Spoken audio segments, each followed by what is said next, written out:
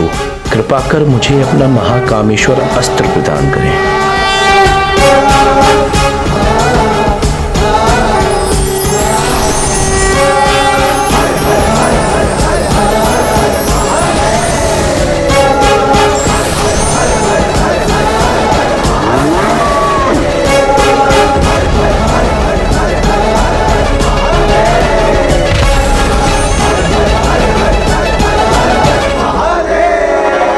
माता, या देवी सर्वभूतेषु लीजिए माता। शक्ति रूपेण संस्थिता नमस्तस्यै नमस्तस्यै नमस्तस्यै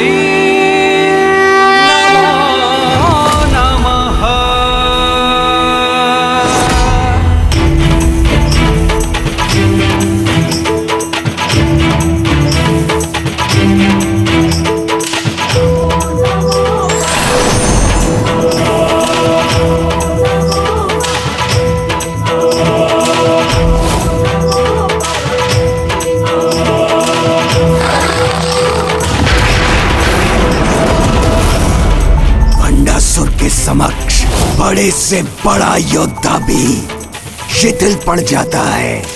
विलंब क्यों? मेरे महाअस्त्र नारायण अस्त्र और रुद्रास्त्र अब तैयार हैं। जब तक तुम अपने इस शस्त्र से लक्ष्य साधोगी, मैं तुम पर प्रहार कर चुका हूँगा।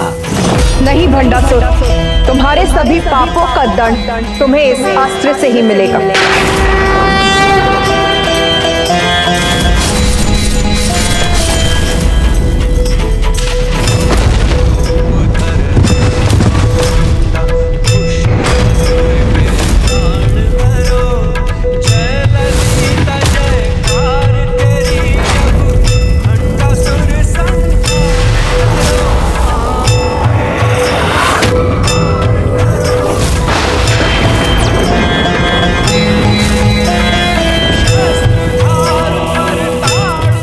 मेरे हस्त कांप क्यों उठे? मैं अपने अस्त्र का प्रयोग क्यों नहीं कर पा रहा हूँ? बहुत अहंकार है ना तुम्हें अपने अधर्म से प्राप्त महाअस्त्र पर। तुम्हें शाप देता हूँ। उचित अवसर आने पर इसका कब और कैसे उपयोग करना है तुम भी ये भी भूल जाओगे।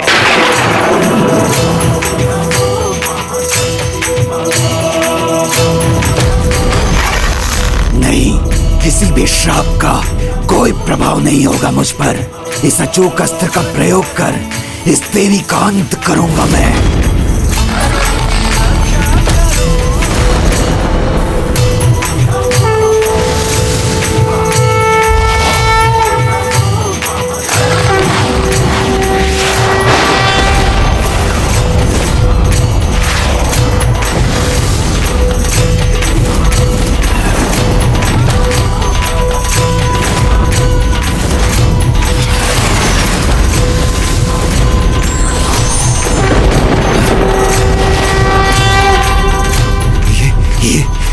ये कैसे संभव है?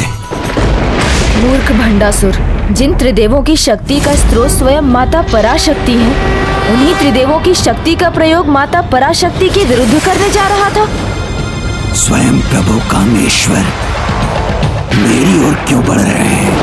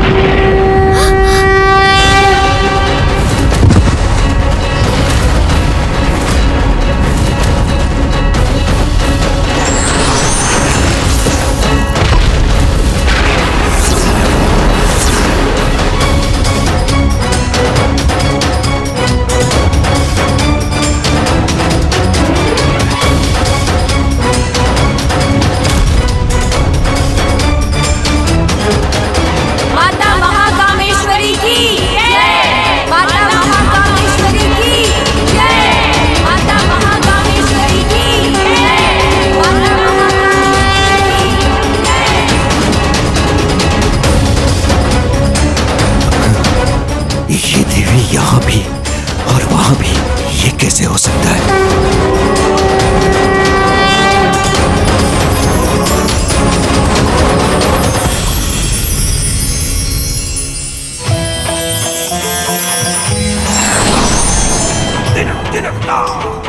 रौद्र रूप धर हे चामुंडा, दुष्ट असुर के प्राण हरो।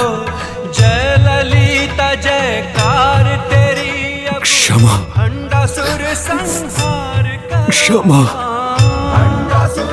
पिताश्री,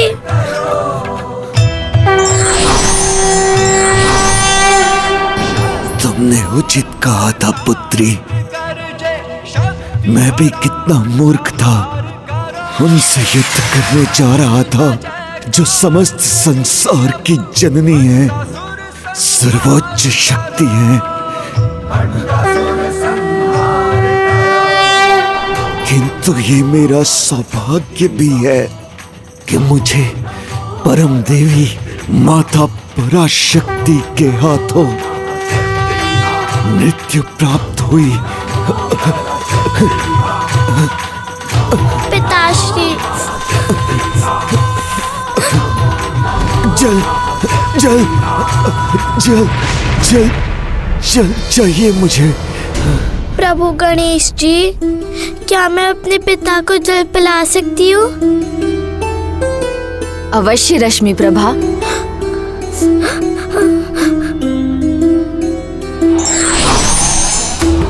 ये लो रश्मि प्रभा।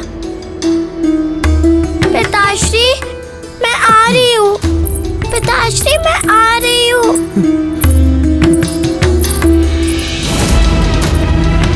मैं आ रही हूँ। मेरी पुत्री। पिताश्री,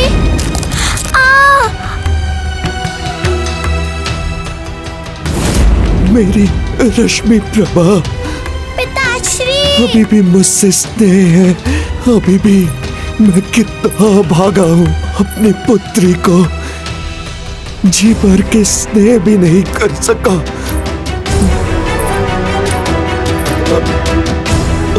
पिताश्री, मैं जल ले आई। पिताश्री, पिताश्री आइए। पिताश्री, पिताश्री। नहीं पुत्री, क्षमा कर दो पुत्री। मैं तुम्हारा भी दोषी हूँ मेरी पुत्री। तुमने सदा मुझसे निस्वार्थ प्रेम किया, मैं ही उसका आदर ना कर सका। पिताश्री, पिताश्री। मैंने तुम्हारा त्याग किया, तुम्हें इतने कष्ट दिए, फिर भी तुम मेरे लिए अश्रु बहा रही हो। पिताश्री, आपको कुछ नहीं होगा। पिताश्री, ये सत्य है पुत्री कि तुम जैसी पुत्री का पिता बनना बहुत बड़ा सौभाग्य है। मैंने तो ऐसा अपराध किया है पुत्री कि मैं तो तुमसे क्षमा मांगने के योग्य भी नहीं रहा। जिस जलता है के भाव में मैंने अपना जीवन आधारित किया था, जिसके कारण मैं अपना सब कुछ खो बैठा, कितना अनुचित था। आज मुझे अपनी मृत्युशैया पर ज्ञात हुआ है। जीवन में कोई भी उपलब्धि प्रेम से बढ़कर नहीं, ये अब समझाऊं मैं। नहीं पिताश्री, आप कुछ मत कहिए। लीजिए, जल पीजिए पिताश्री।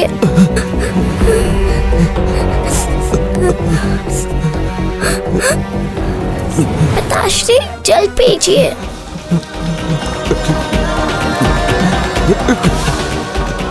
पिताश्री,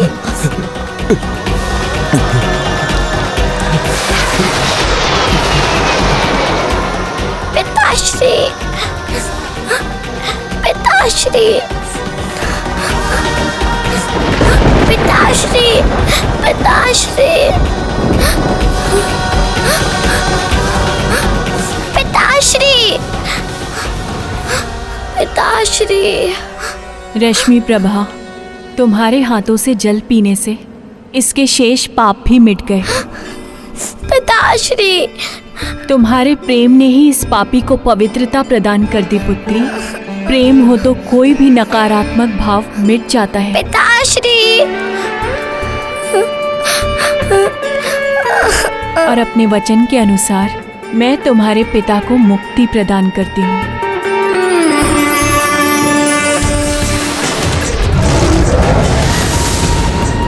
पिताश्री, पिताश्री।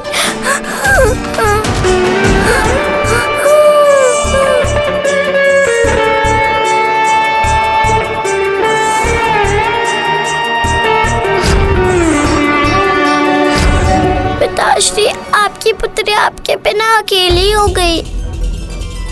आपकी ये प्रेम की निशानी सदैव अपने पास रखूंगी।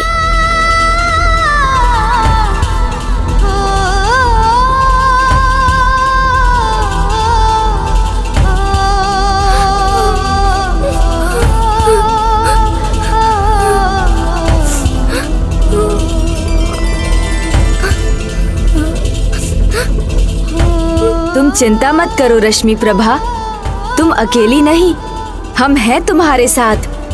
आज से सारे कैलाश निवासी है तुम्हारा परिवार। मानसरोवर के पास तुम्हारा जन्म हुआ था, इसलिए अब तुम सदा कैलाश में रहोगी।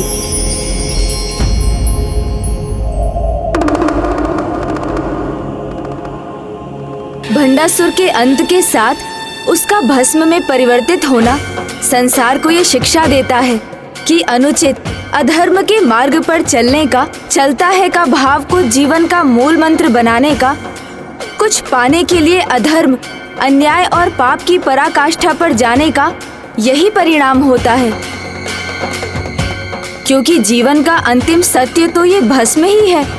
अन्य सभी कामना, अहंकार, ईर्ष्या, धन आदि नश्वर हैं। शरीर भी नश्वर है, बस आत्मा और कर्म ही नाश के परे है। भंडासुर की नहीं है ये भस्म, ये मेरे स्वामी की है, ये मेरे स्वामी की है। ये तो प्रभु कामदेव की अर्धांगिनी देवी रति है।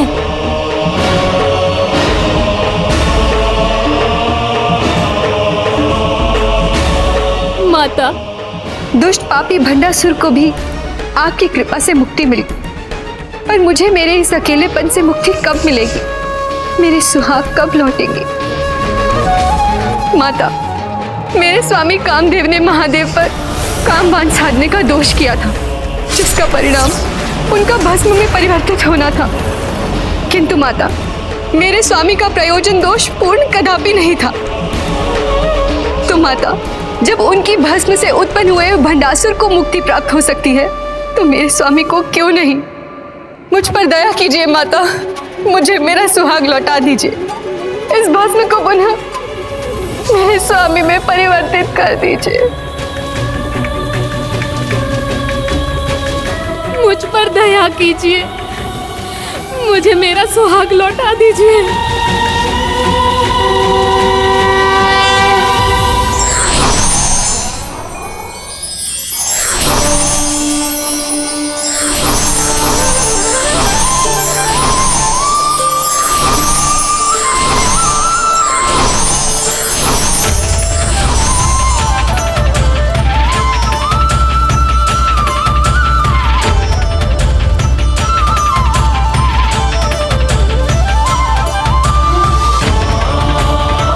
तुमने उचित कहा देवी रति। कामना को सार्थक रूप से जागृत करने वाले कामदेव का इस संसार में होना अति आवश्यक है, क्योंकि उन्हीं के द्वारा उत्पन्न कामना से इस संसार का चक्र और सृष्टि आगे बढ़ती है।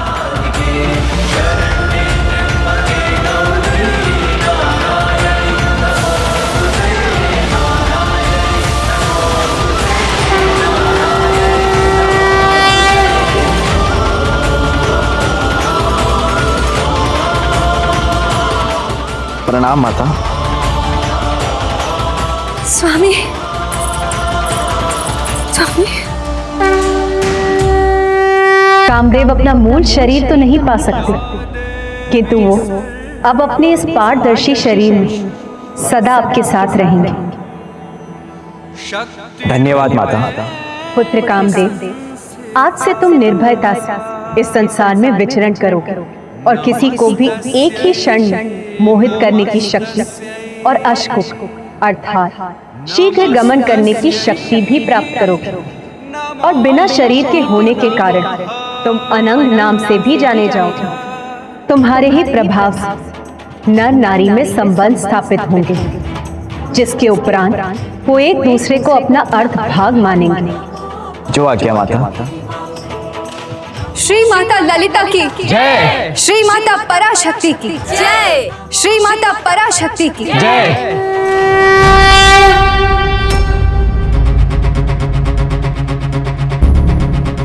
क्या हुआ पुत्र गणेश? अब क्या चिंता सता रही है तुम्हें? माता, भंडासुर का तो वध हो गया, किंतु संसार से चलता है का भाव कहाँ मिटा? मद, मात्सर्य, काम, क्रोध, लोभ, मोह, ये तो अभी भी संसार में व्याप्त है। तुमने सर्वथा उचित कहा पुत्र गणेश। कलयुग में चलता है का भाव का विस्तार अपने चरम पर हो और सभी विकार भी सभी सीमाओं के परे चले जाएंगे पुत्र। किंतु तुम चिंता मत करो पुत्र। कलयुग में विकारों से बचकर धन पद पर रहने का उपाय है। मेरे सहस्त्र नाम जाप के साथ मेरे श्री यंत्र श्री विद्या की आराधना। श्री विद्या आराधना माता? श्री विद्या अर्थात संसार की समस्त भौतिक और आध्यात्मिक वस्तु को प्राप्त करने की एवं समस्त इच्छाओं को पूर्ण करने की विद्या, जो मैं सर्वप्रथम नंदी जी को प्रदान कर रही हूँ। नंदी जी, आज आप इस युद्ध में मेरे सहायक बने, इसलिए आशीष स्वरूप मैं आपको श्री विद्या का ज्ञान देती हूँ, जो संसार तक आप ही के माध्यम से पहुँचेगा। जो आज्ञा माता।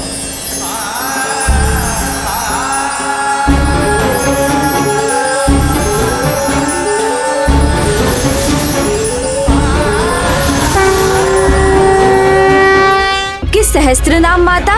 वो ज्ञान तो मैं प्रभु हैग्रीव को दे चुकी हूँ पुत्र, जो भविष्य में उसे ऋषि अगस्त्य तक पहुँचाएंगे। और फिर चलता है का भाव जब अपने चरम पर होगा, तब उनके जीवन को सुपथ पर लाने के लिए मेरे श्री यंत्र और सहस्त्र नाम का उदय समाज में होगा। इन्हीं के जाप से चलता है कि भाव का नाश होगा और 6 विकार भी नियंत्रण में आएंगे। श्री यंत्र के विषय में कुछ और बताने की कृपा कीजिए। श्री यंत्र सभी यंत्रों में मुख्य है पुत्र गणेश। संपूर्ण ब्रह्मांड की उत्पत्ति तथा विकास का प्रतीक होने के साथ साथ ये मानव शरीर का द्योतक भी है।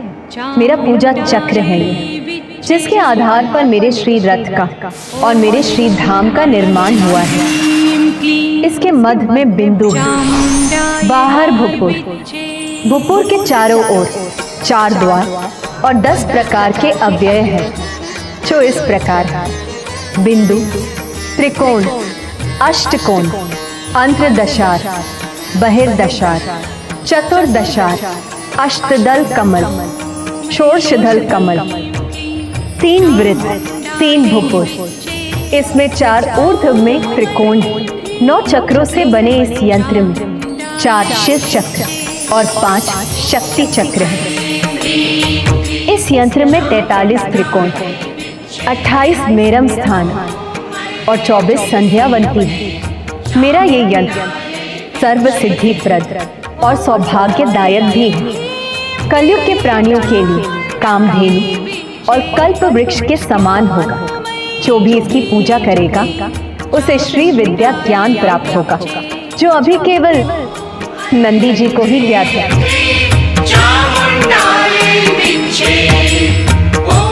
ये श्री चक्र ही मेरा आराधना स्थल भी है, मेरा निवास स्थल भी और मेरा रथ भी।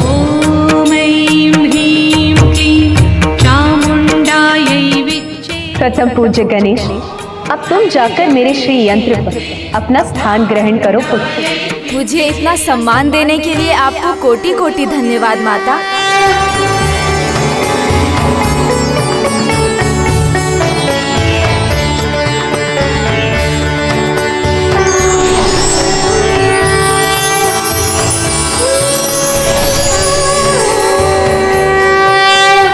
आप भी अपने श्री रथ पर आने की कृपा कीजिए माता।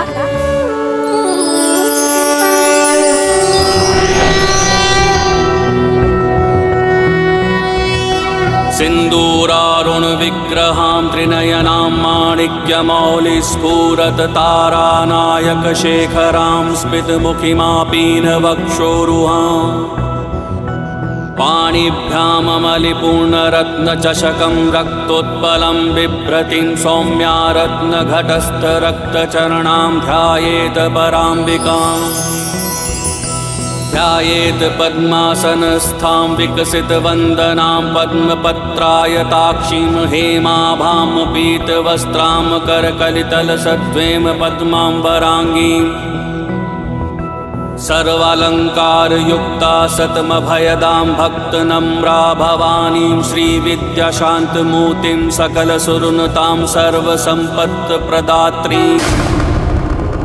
कैलाश में तुम्हारा स्वागत है रश्मि प्रभा। कैलाश में आनंद और उमंग की कोई सीमा नहीं रश्मि प्रभा। यहाँ तो प्रकृति अपने मूल स्वरूप में है। सब कुछ हरा श्वेत निर्मल है और पूरे परिवार के साथ मिलकर रहने का तो आनंद ही कुछ और है। और तुम्हें तो दो दो भ्राताओं, मेरा और कार्तिकेय भैया का स्नेह मिलेगा यहाँ।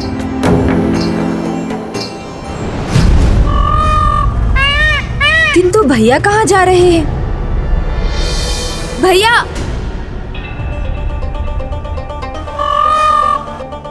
हाँ बोलो गणेश। भैया क्षमा कीजिए कि मैं आपको टोक रहा हूँ, किंतु इतनी शीघ्रता में आप कहाँ जा रहे हैं? गणेश, भंडासुर के अंत के बाद सभी असुर स्वयं को सम्राट घोषित कर मनमानी कर रहे हैं। दक्षिण में उनका आतंक बहुत बढ़ गया है। मुझे वहां जाकर स्थिति को नियंत्रण में लाने के लिए वहीं रहना होगा।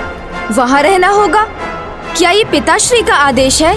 गणेश, पिताजी एक अत्यंत महत्वपूर्ण कार्य में व्यस्त है, किंतु उन्होंने ही सिखाया है हमें सदैव अपने कर्तव्यों का निर्वाह करना चाहिए। और मेरी कर्तव्य भूमि है दक्षिण। मुझे जाना ही होगा गणेश। मेरा कर्तव्य मुझे दक्षिण बुला रहा है।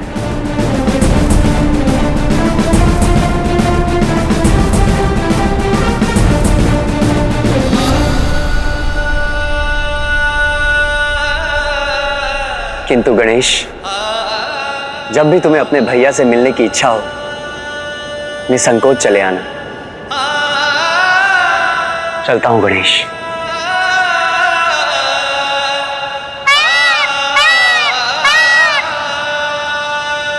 किंतु पिताश्री क्या महत्वपूर्ण? चलिए मयूर जी।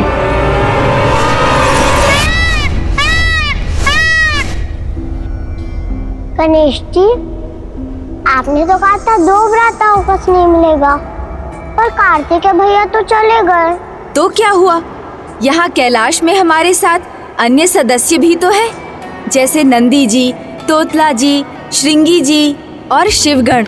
सभी सदा तुम्हारे साथ क्रीड़ा करने और तुम्हें स्नेह देने के लिए तत्पर रहेंगे।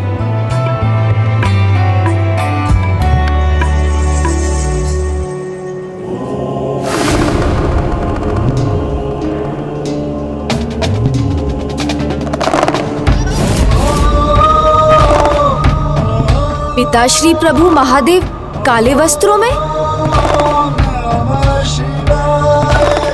गणेश जी, आपने तो कहा था कैलाश में सब अश्वेत है, किंतु यहाँ तो कुछ भी वैसा नहीं है।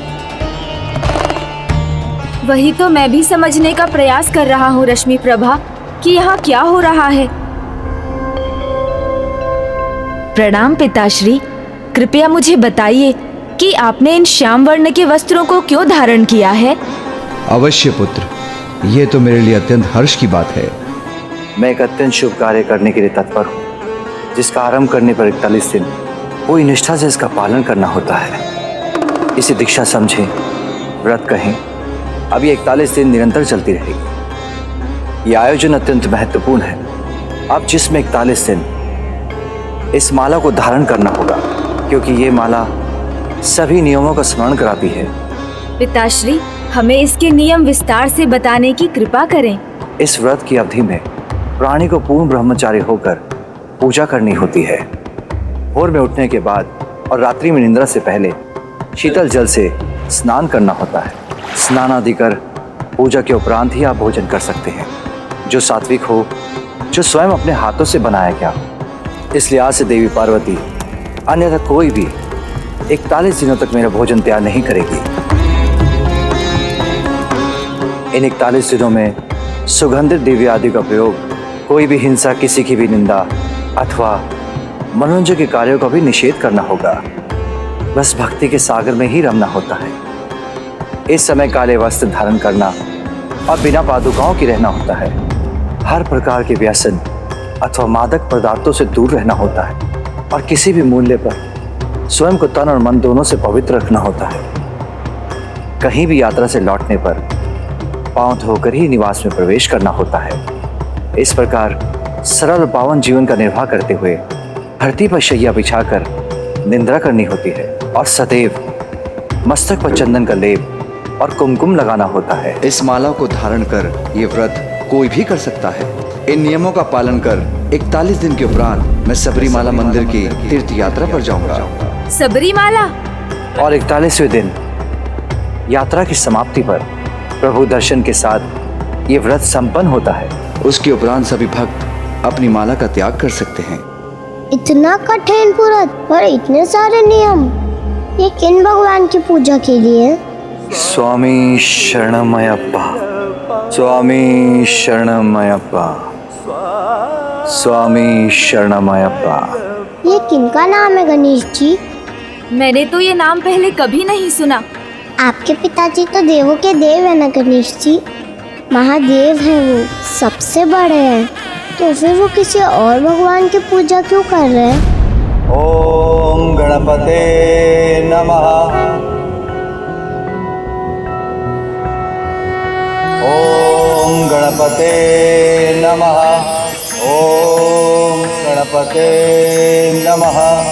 हम पूजा तो कर रहे हैं गणेश जी, किंतु किन भगवान की?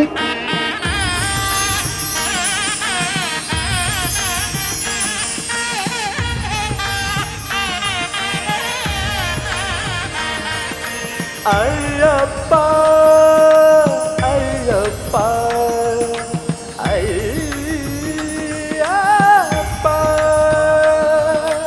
अय्यप्पा स्वामी अय्यप्पा अय्यप्पा अय्यप्पा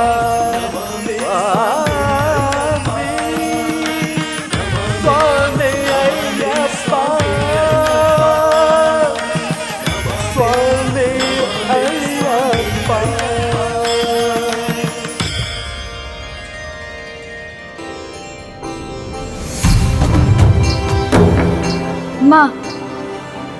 माँ को अवश्य ज्ञात होगा, आओ उनसे ही पूछते हैं।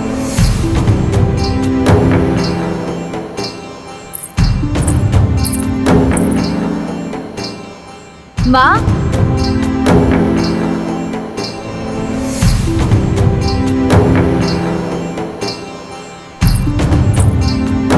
प्रणाम माँ।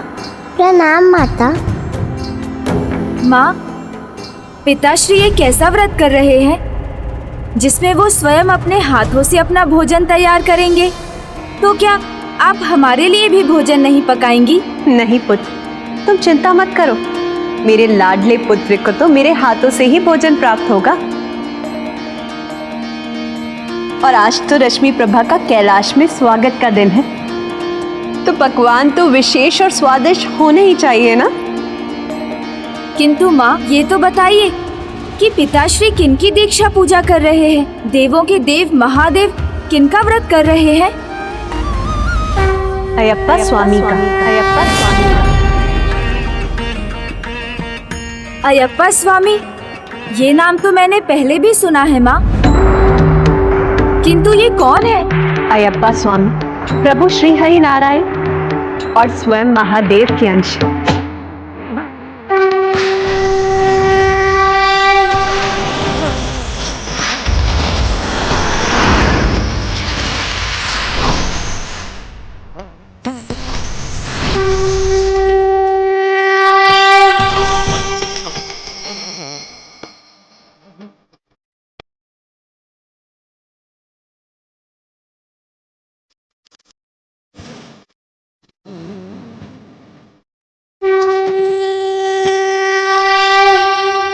माता,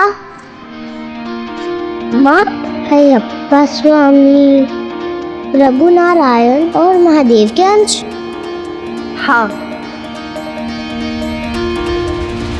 और पुत्र गणेश, इसके पीछे एक बड़ी और रोचक कथा है। तो वो कथा हमें सुनाइए ना माता। हाँ माँ, अवश्य पुत्री। अयप्पा स्वामी के जन्म की कथा का संबंध एक महाराक्षसी से है, जिसका नाम महिषी था।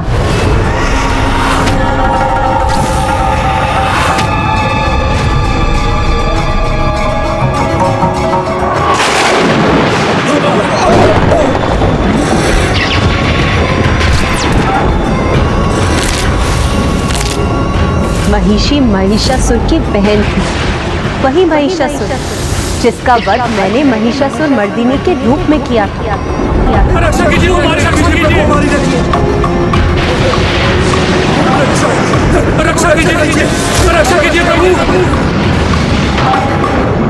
प्रतिशोध चाहिए मुझे।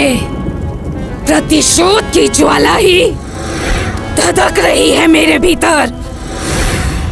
मेरे भ्राता का अंत एक नारी ने किया था ना, तो अब ये नारी उसका प्रतिशोध लेगी। तो उसमें विलंब क्यों? नहीं विकट, इनका अभी जाना उचित नहीं है। विकराल, इनके प्रतिशोध की भावना भी उचित है और उसके लिए इनका जाना भी। ये जाएं, अवश्य जाएं, किंतु उसके पहले कुछ तैयारी करनी होगी। हमारे समान भयंकर असुर तो जन्म से ही तैयार होते हैं। यही विचार महासुर महिषासुर के अंत का कारण बने। नहीं, उनका अंत नारी शक्ति पर संदेह के कारण हुआ। और महिषी तो स्वयं एक नारी है। नारी है, अजय नहीं है। इन्हें अजय बनना होगा। परंतु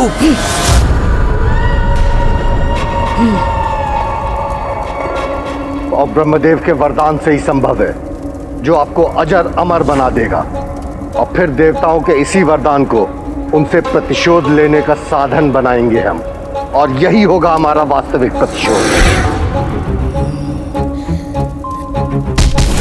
तो पहले वरदान, फिर प्रतिशोध। और महिषी ब्रह्मदेव की तपस्या करने लगी। और फिर महिषी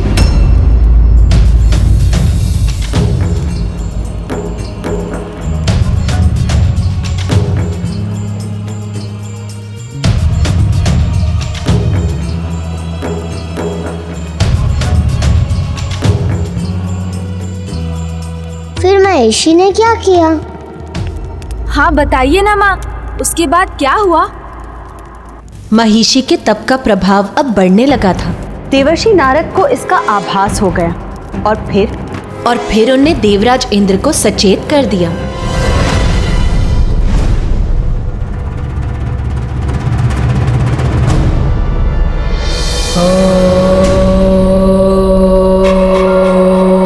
ब्रह्मदेवाय नमः।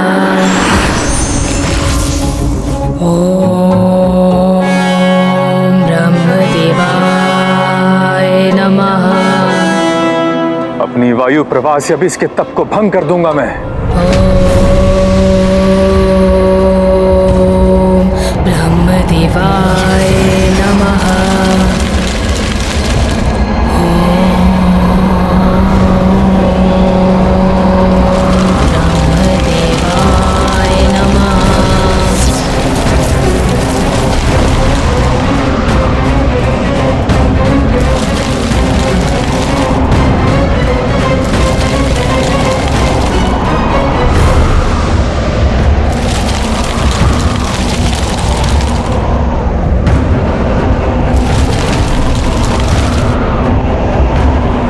इसके तप की ऊर्जा से इसके बढ़ते हुए भार को संभालना कठिन हो रहा है।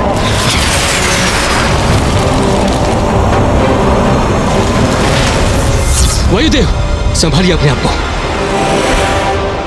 वायुदेव को उनकी ही वायु से आहत किया इस दुष्टा ने। अब मैं इसका अवश्य दंड दूंगा इसे। इसके तप का ताप मेरी अग्नि के समक्ष नहीं टिकेगा।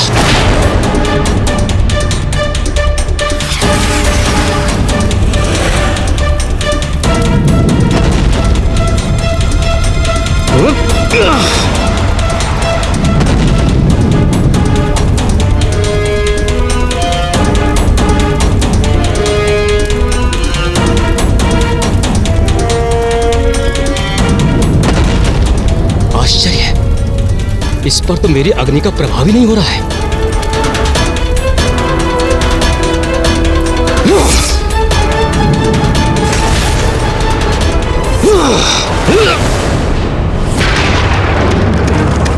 चिंता मत कीजिए अग्निदेव और वायुदेव, ये आप दोनों की शक्तियों से नहीं रुके, किंतु ये जल में श्वास कैसे ले, और श्वास के बिना तप संपन्न करना कहां संभव है।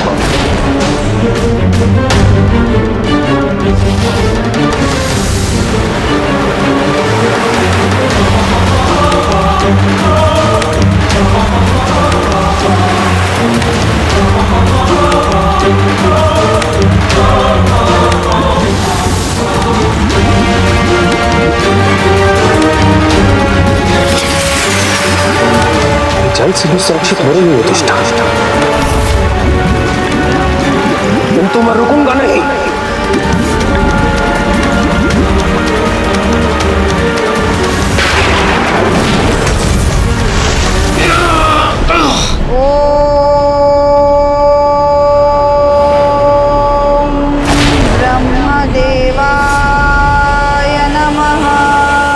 तो महिषी का तप प्रभावी हो गया था कि तीनों देवता उसे कुछ नहीं कर सके, किंतु देवराज इंद्र को यह स्वीकार नहीं था।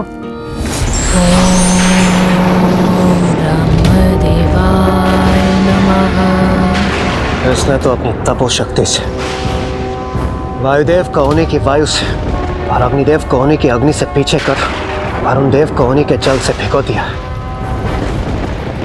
अब मुझे ही कुछ करना होगा।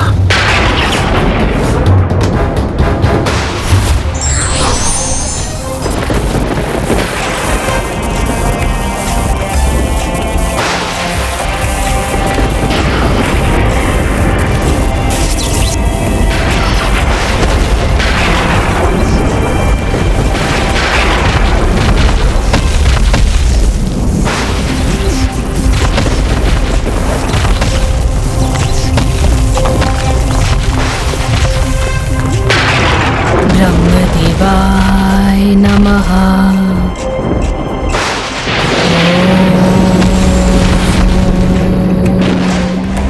अब कोई स्वर सुनाई नहीं दे रहा, हमारा कार्य संपन्न हो।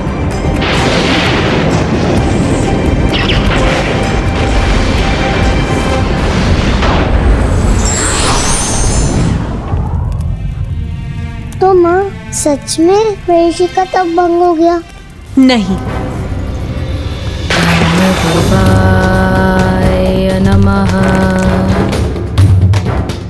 किंतु देवता उसको लेकर निश्चिंत हो गए थे और अब किसी का भी ध्यान उसके तप पर नहीं था।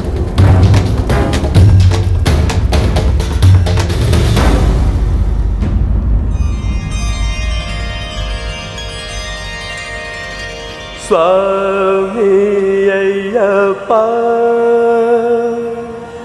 स्वामी अय्यप्पा।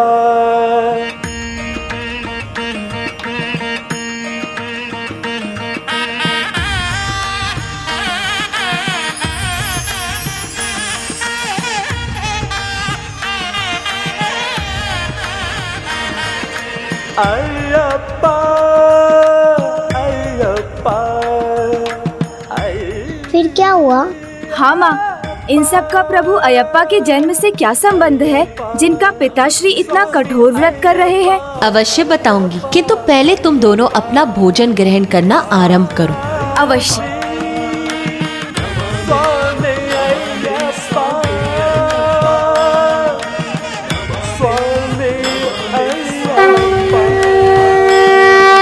वहाँ एक ओर महिषी का घोर तप चल रहा था और वहीं दूसरी ओर पृथ्वी पर पांडुलम राज्य के राजा राजशेखर और उनकी पत्नी, वो दोनों अपने आराध्य महादेव एवं श्री हरि की पूजा में लीन थे। वो इन दोनों देवों के इतने बड़े भक्त थे कि उनकी पूजा सदैव साथ ही करते थे। ओम शंकराय नमः, ओम महादेवाय नमः, ओम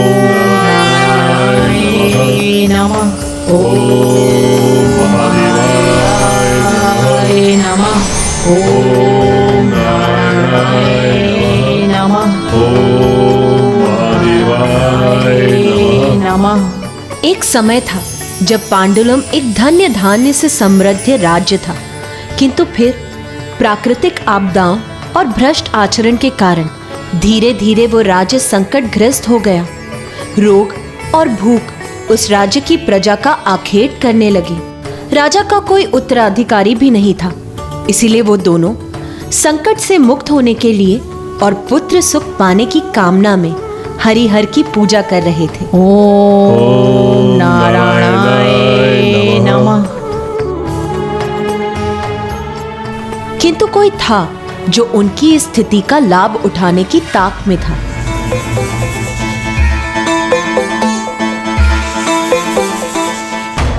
शीघ्र अतिशीघ्र बिना वंशज के इस राजा की मृत्यु होगी। इसका राज्य और सिंहासन दोनों मेरे होंगे, मेरे।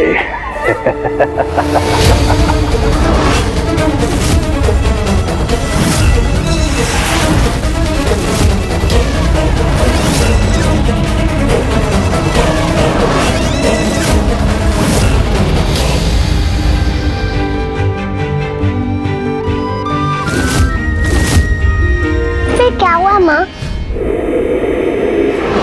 ओम शंकराय नमः। पांडुलम के महामंत्री, अब समय आ गया है तुम्हारी योजना पूर्ण होने का।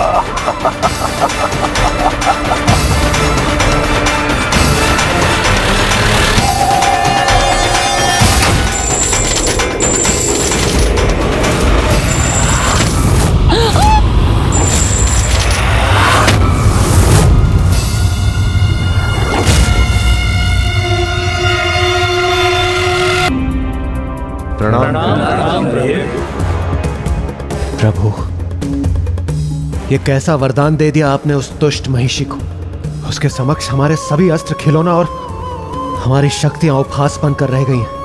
ये वरदान देवराज कि उसका वध केवल और केवल शिव और विष्णु का अंश उनके पुत्र द्वारा ही संभव है।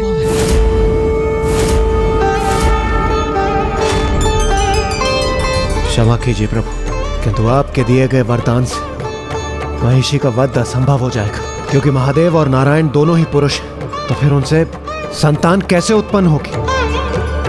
न महादेव और नारायण का पुत्र होगा, न ही महिषी का अंत। इस प्रकार तो वह असुरी सदैव के लिए अमर हो जाएगी। स्वर्ग पर उसी की सत्ता होगी और उसे वहां से कोई नहीं हटा पाएगा। आपका वरदान हमारे लिए अभिशाप बन रहा है। इस महासंकट से हमें उबारिए प्रभु, कोई मार्ग दर्शाइए प्रभु।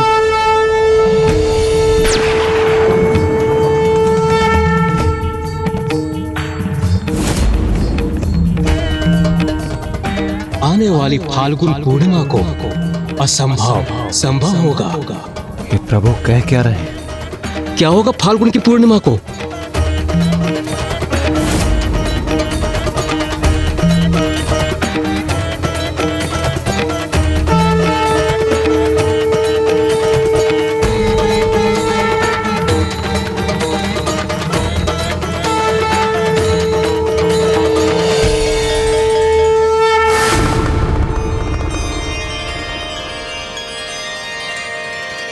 स्वामी अय्यप्पा, स्वामी अय्यप्पा।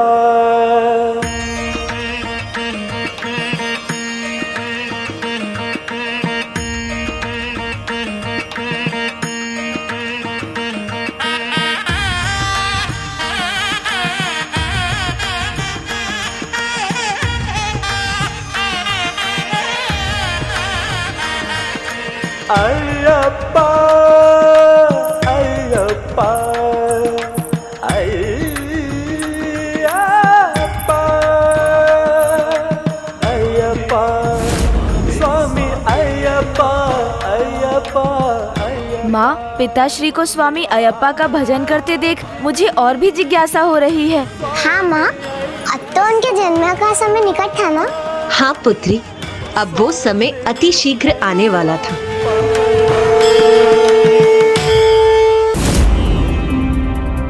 प्रणाम प्रभु। ये कैसा वरदान दे दिया आपने उस दुष्ट महिषी को। उसके समक्ष हमारे सभी अस्त्र खिलौना और हमारी शक्तियां उपहास बनकर रह गई हैं। ये वरदान देवराज कि उसका वध केवल और केवल शिव और विष्णु का अंश उनके पुत्र द्वारा ही संभव है।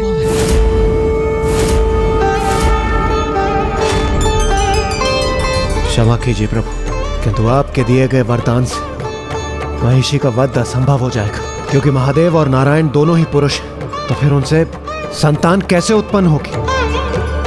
न महादेव और नारायण का पुत्र होगा, न ही महिषी का अंत। इस प्रकार तो वह असुरी सदैव के लिए अमर हो जाएगी। स्वर्ग पर उसी की सत्ता होगी और उसे वहां से कोई नहीं हटा पाएगा। आपका वरदान हमारे लिए अभिशाप बन रहा है। इस महासंकट से हमें उबारिए प्रभु, कोई मार्ग दर्शाइए प्रभु।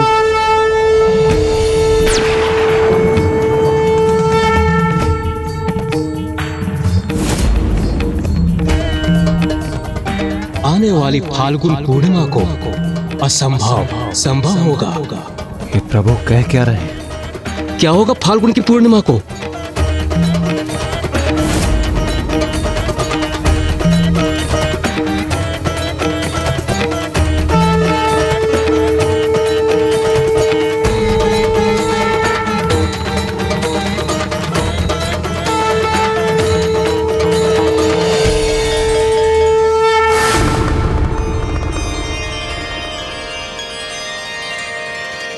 स्वामी अय्यप्पा, स्वामी अय्यप्पा।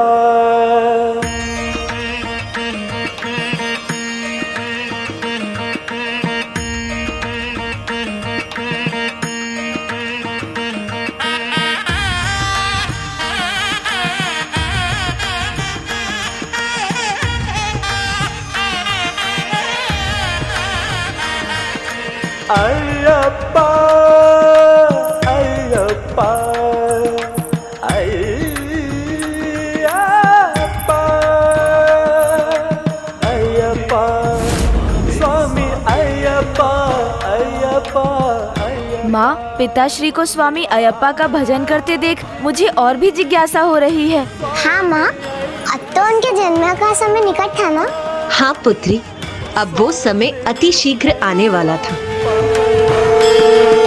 पर स्वामी के जन्म का समय अब निकट था, क्योंकि जब फाल्गुन पूर्णिमा निकट आई तब महिषी की क्रूरता और दुष्टता बढ़ती जा रही थी। उसका प्रतिशोध अभी पूर्ण नहीं हुआ था। स्वर्गलोक में अपना अधिकार स्थापित करने के बाद वो देवताओं से उनकी शक्ति भी छीन लेना चाहती थी।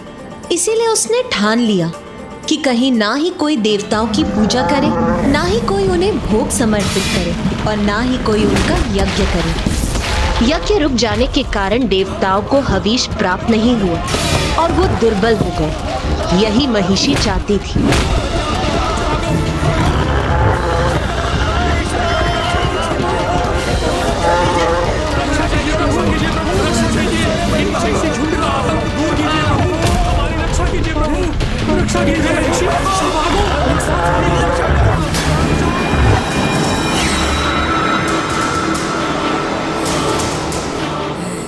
ना अब कोई पूजा होगी, ना यज्ञ।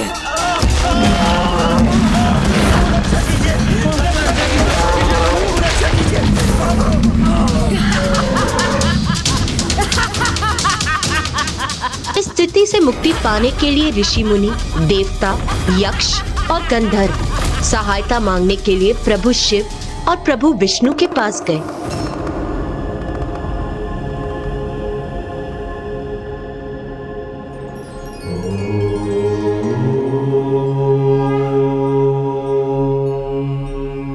और उसी समय वैकुंठ भी देवताओं, यक्षों और गंधर्वों से भर गया, जिन्हें महर्षि ने उनके लोकों से बाहर निकाल फेंका था।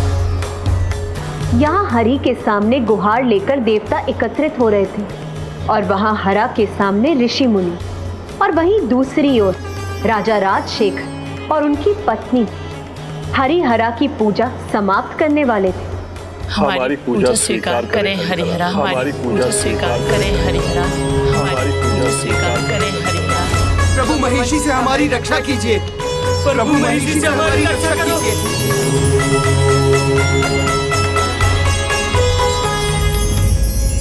हम पर कृपा करें प्रभु, हमें आशीर्वाद दे प्रभु, हमें संतान सुख प्रदान करें प्रभु।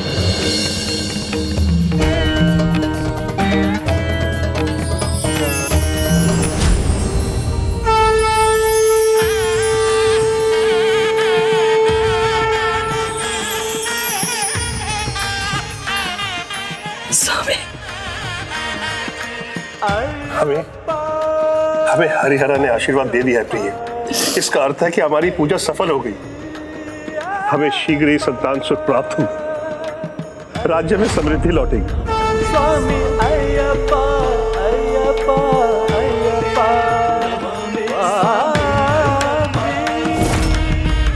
स्वामी अय्यप्पा स्वामी अय्यप्पा।